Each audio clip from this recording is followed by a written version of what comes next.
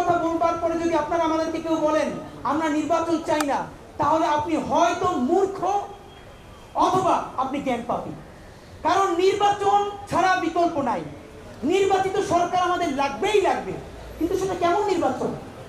আমরা কি সেই নির্বাচন দেখতে চাই যে জেডিসিরা রাতের আধারে দিনের ব্যালট ভরে রেখেছে, তারাই তো এখন আবার রিটার্নিং কর্মকর্তা হবে? আপনি বলেন 64 জেলায় কয়জন ডিসি পরিবর্তন হয়েছে?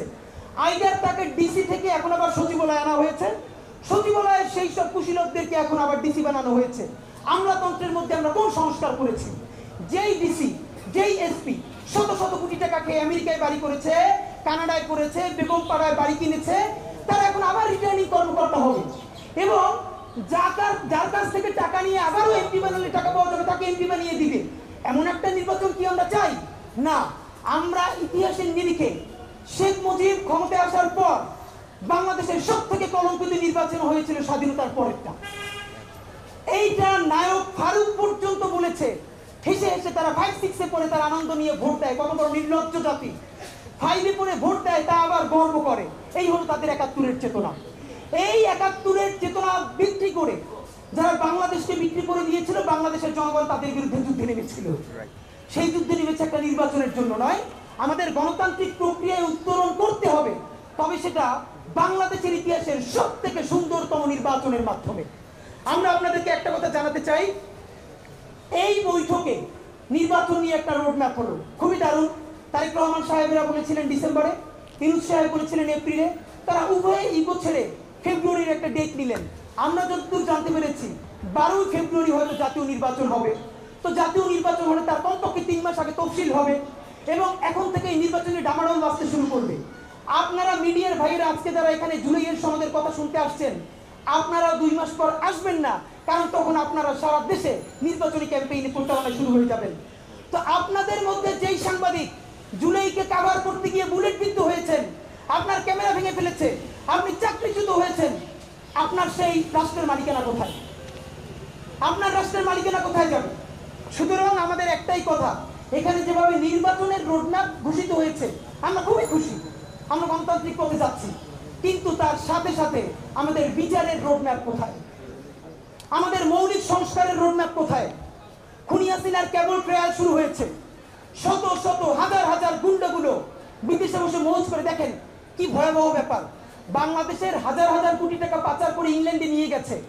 ডক্টর ইউনূস বিদেশ যাচ্ছেন, সেখানে তার বিরুদ্ধে মিছিল করছে, টাকাগুলো ফিরিয়ে আনা যাচ্ছে না। এই হলো এখন পর্যন্ত তাদের ইকোনমিক সোর্স।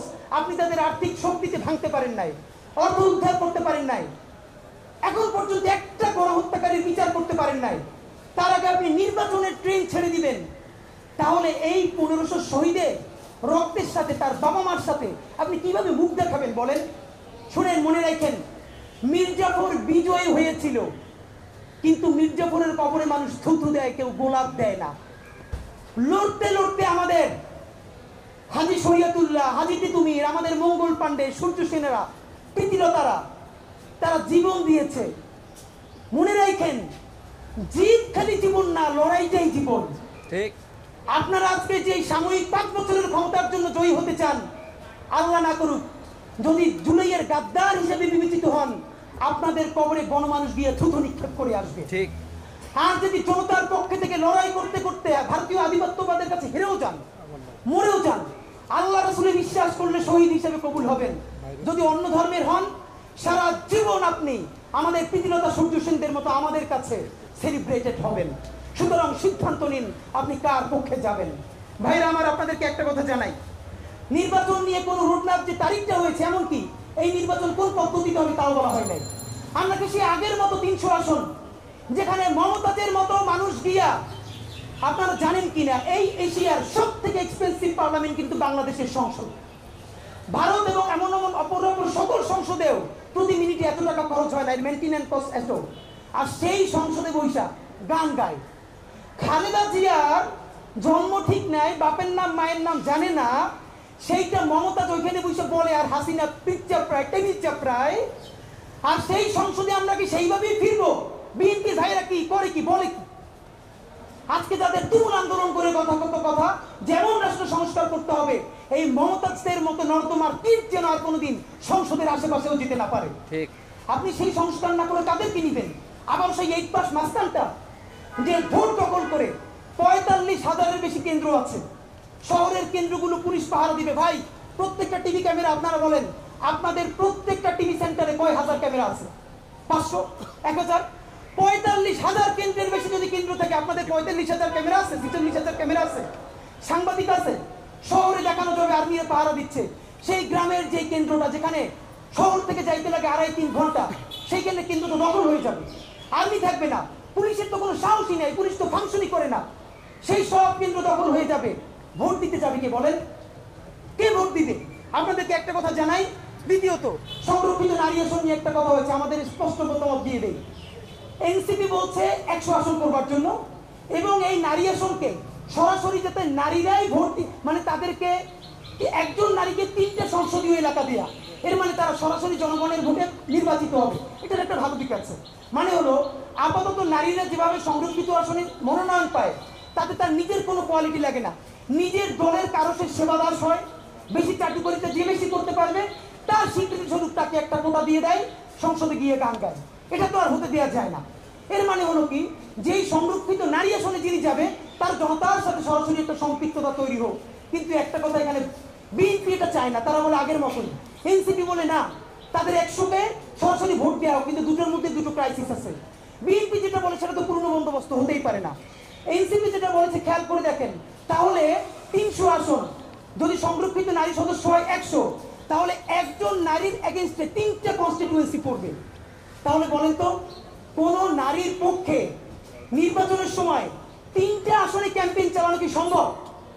মানে আমরা যারা পুরুষ নির্বাচন করে, তারাই তো সে তার পুরো একটা নির্বাচনী আসন কভার করতে পারে না। তাহলে নারী কিভাবে 3টে আসন সে ক্যাম্পেইন করবে? এটা তো নারীকে ভালোবেসে তার উপর আরো একটা জুলুম হয়ে গেল। এই দুইটার মধ্যবর্তী আপনাদের মাধ্যমে একটা প্রস্তাবনা আমরা দিতে চাই। প্রস্তাবনাটা হলো, বাংলাদেশের যত রাজনৈতিক দল এই নির্বাচনে যত ভোট পাবে, নির্বাচন কমিশনের কাছে হিসাব থাকে কত পুরুষ ভোটার, কত নারী ভোটার। ভোটের শেষে নির্বাচন কমিশন ঘোষণা করবে যে এই নির্বাচনে বিএনপি নারী ভোটারদের 40% পেয়েছে, জামাত 20% পেয়েছে, এনসিপি 10% পেয়েছে। এর মানে পুরো জাতীয় নির্বাচনে নারী ভোটারদের সংখ্যা যেই দল যত পাবে, তার অনুপাতে সে সংসদে নারী আসন পাবে। তাহলে লাভ হবে দুইটা। একে হলো, তখন নারী নিজে তার একটা এজেন্সিশিপ তৈরি হবে। ও, আমি যে ভোটটা দিচ্ছি এটার একটা স্পেশাল দাম আছে, কারণ নারীদের ভোটের উপরে নির্ভর করবে প্রত্যেকটা রাজনৈতিক দল সংসদে কতগুলো নারী আসন পাবে। নাম্বার 1। নাম্বার 2, এই যে আমরা অনেকের ব্যাপারে ইসলামী দলগুলোর ব্যাপারে বলি কি, তারা নারীদের কাছে যায় না, নারীদেরকে গুরুত্ব দেয় না, কিন্তু বাংলাদেশের রাজনীতিতে নারীকে তো সামনে লাগবে। Very good. এই পলিটিক্সটাই যদি আমরা সবাই মিলে করতে পারি যে প্রতিটা দল যত পার্সেন্ট নারীর ভোট পাবে, সেই ভোটের অনুপাতে সে সংরক্ষিত আসন পাবে মহিলাদের, তাহলে দেখবেন আগামীকালকে সুরসুর করে জামাতে ইসলামী, ইসলামী আন্দোলন, খেলাফত মজলিস, অপরাপর সকল ইসলামী দলগুলো নারীদেরকে নিয়ে রাজনীতি করতে বাধ্য হবে এবং নারীদেরকে স্টেক দিতে বাধ্য হবে। সুতরাং আমরা এটা আপনাদেরকে বলে রাখলাম। ফাইনালি আপনাদের সাথে আমরা যেটা বলতে চাই, যদি, এবং আমরা বলেছিলাম যে একটা উচ্চকক্ষ হবে, নিম্নকক্ষ হবে। নিম্নকক্ষে সাধারণ ভোট হবে, উচ্চকক্ষে একটা আনুপাতিক হারে হোক, যেভাবে হোক আপনারা ঠিক করেন। তো যদি কোনো উচ্চকক্ষ না হয়, আগের মতো 300 সংসদে ভোট হয়ে যায়, সেই পাড়ার মাস্তানটা যারা দেখলে মানুষ ভয় পায়, সে আবার সাংসদ হয়ে, সংসদ সদস্য হয়ে এলাকায় ফিরে যায়, তাহলে এই অভ্যুত্থানের দামটা কি আমারে বলেন? এবং বাংলাদেশের বড় রাজনৈতিক দলগুলো, বিশেষ করে বিএনপির কিছু ভাইয়েরা, তারা বিএনপির না শহীদ জিয়ার বিএনপি করে, না তারা খালেদা জিয়ার বিএনপি করে, তারা ভারতের বিএনপি করতে চায়। তারা ঘুরে ফিরে সেই পুরনো বন্দোবস্তের উপরে থাকতে চায়। আপনাদেরকে একটা কথা মনে করাই যায়, আমাদেরকে বিএনপি শত্রু হিসেবে চিহ্নিত করতে চায়। বাংলাদেশ প্রশ্নে বিএনপি যতখানি বাংলাদেশের, আমরা ততখানি বিএনপির পক্ষে। আমাদের চেয়ে আমরা বিএনপির মাখন খাই না, না খেয়ে আমরা বিএনপিকে ভালোবেসে সমালোচনা করি, বিনিময়ে বিএনপি সূত্র হয়েছে কিনা দুইটা প্রমাণ বলি। আপনাদের সামনে বসে দুদু ভাইয়ের সমালোচনা করেছি, বিএনপি তাকে শোকজ করেছে না? এরকম অনেকগুলো ঘটনা আছে, ভালোবেসে সমালোচনা করেছি এবং তারা সূত্র নিয়েছে। প্রেসার গ্রুপ হিসেবে তো এটাই আমাদের দায়িত্ব। আপনারা কি চান, প্রেসার গ্রুপ ইয়া হিসেবে রাত্রিরে আপনাদের কাছ থেকে খাম নিয়ে আসবো আর এখানে সংবাদ সম্মেলনে এসে চুমু খাবো? তাহলে আমরা কি সেই প্রেসার গ্রুপ? আপনাদের কাছে স্পষ্ট বলতে চাই, এই নির্বাচনে ভোটার কারা আপনারা সাংবাদিক বন্ধুরা ভালো করে জানার কথা। এখন পর্যন্ত হাল নাগাদ হয় নাই 2018 নির্বাচনে যে হালনাগাদ হয়েছে পাতলা ছোট ট্যাক্সি ড্রাইভারও করতে পারে। সুতরাং যেই গণ অভ্যুত্থান রিক্সাওয়ালা করেছে, ভ্যানওয়ালা করেছে, সবজিওয়ালা করেছে, সেই অভ্যুত্থানের সনদ তাকেও পরে বুঝতে পারতে হবে। আমাদের দাবি জুলাই সনদের ভাষাগত দুর্বোধ্যতা পরিহার করে আপামর জনসাধারণের জন্য তা সহজ ও সাবলীলভাবে উপস্থাপন করতে হবে। এবং সর্বশেষ 13 নম্বর দফা, জুলাই সনদ চূড়ান্ত করার পূর্বে জনগণের মতামতের জন্য তা ওয়েবসাইটে প্রকাশ করতে হবে। এই 13 দফার সময় আগামী 9 দিন।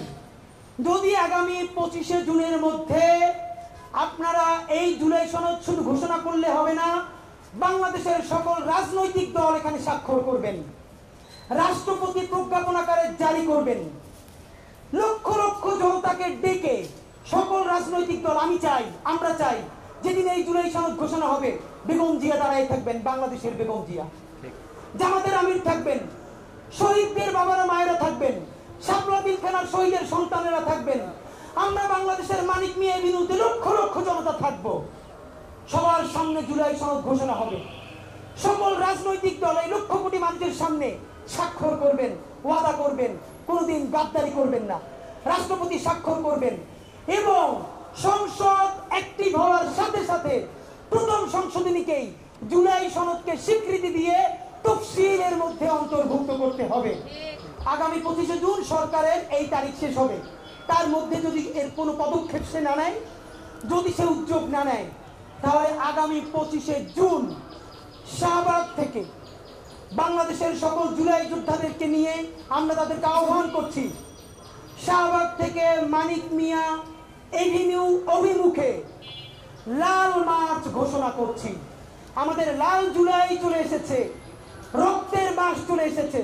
সুতরাং লাল জুলাইয়ের আগে জুলাই সনদের জন্য আগামী 25শে জুন শাহবাগ থেকে বিকেল 4টায় মানিক মিয়া এভিনিউ অভিমুখে জুলাই সনদ আদায়ের জন্য লাল মার্চ ঘোষণা করছি। বাংলাদেশের সকল স্বাধীনতা সার্বভৌমত্বের পক্ষের শক্তিকে আমাদের লাল মার্চে অংশগ্রহণ করে জুলাই সনদ আদায়ের আহ্বান জানাচ্ছি।